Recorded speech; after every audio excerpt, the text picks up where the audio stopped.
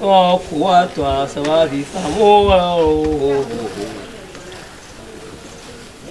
Voilà, on coupe pour a job to Habura, some dog when I eat you. Some dog when I eat you. Okay, oh, I've always been lucky. At the I've got protect.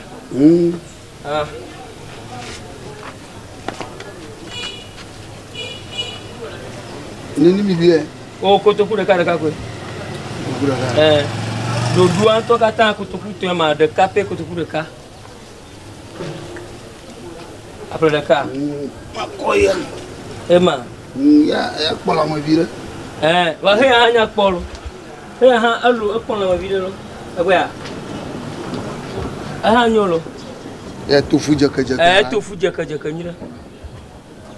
Ko yaro tofu na ma nya bo le gun aka ta mo nyuna nyira bobo na ha. Abo na le olùpọ̀ popo mo no ra. Ni mo ngo po me wa. Imate pon gbogbo na hore. Fonya. Ko ya tari. E ma apo mi an chore de tari mu ku mate fion. Agbe a. Te ha vivi ga dia. Cho, wonya wa we pera la.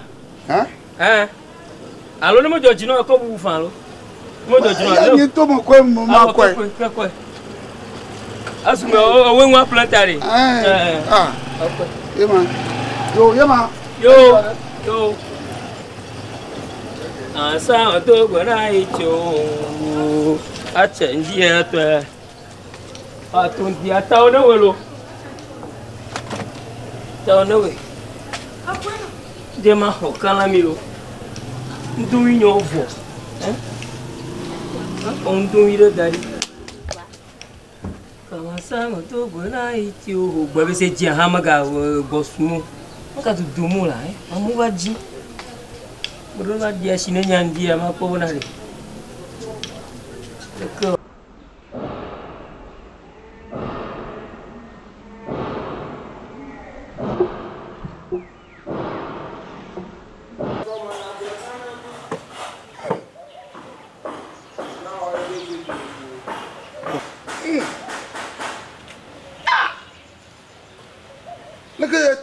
la ba fu na bodo la ko ina mutwa ka ba gomade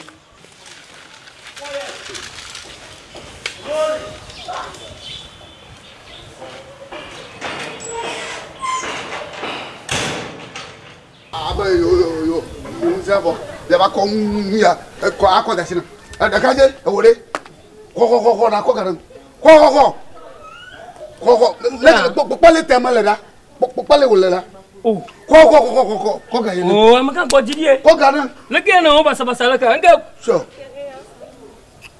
le ke ya na bi wonwa ma ba onga won to ko he na se ten pa le ko la on me se ko jo bia han so so yo nga e ma hoga ho ma plan aba fi ya gba mo ko telu mo na de hotel ne bi ya ko jimela ya le ke ma we ya atakata po ma hoga e agao ma hoga atakata mete ya gbojidi ne wa hoga mo ko gan ma ko te me ma oleke mo to ya tonyin won to we ake to we te baga da don do ku wa fi ya un semela ma ga do ku mo ti na ndo ne ga lan fia nga matalo ngejo ne shuga e ka ma hoga chata ma hoga le aga ma te kwenu me gbona ma ko ga no so nga ban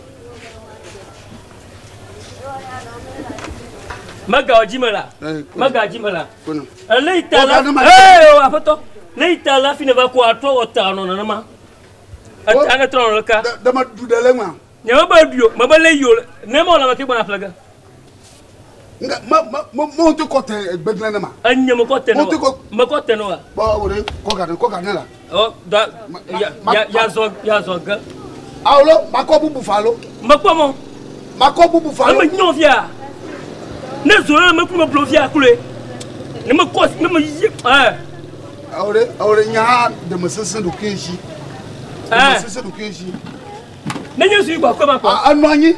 Ngabeo. Anwanyi. Ngabeo. Regarde. Eh. De bien pour moi. De bien pour moi. Ngabeo. Ayama la mama la signora. On t'a mania vi mo. Bon, nous me yo kasi ti la police là lo. Police ka. Police là lo. Donc quoi chat affaire. Adu jibala. Ngeme. Adu jibala. Adu jibala koka. Bakoka. Hey. Nyama duga. Nyama duga. Nyama duga. Mafuka no. Nwanyi komando. Cho nyake. Mafuka uke. Mbad duga. Maduga. Ngela bako ngela fiano. Oh batima de ngelo, batima de.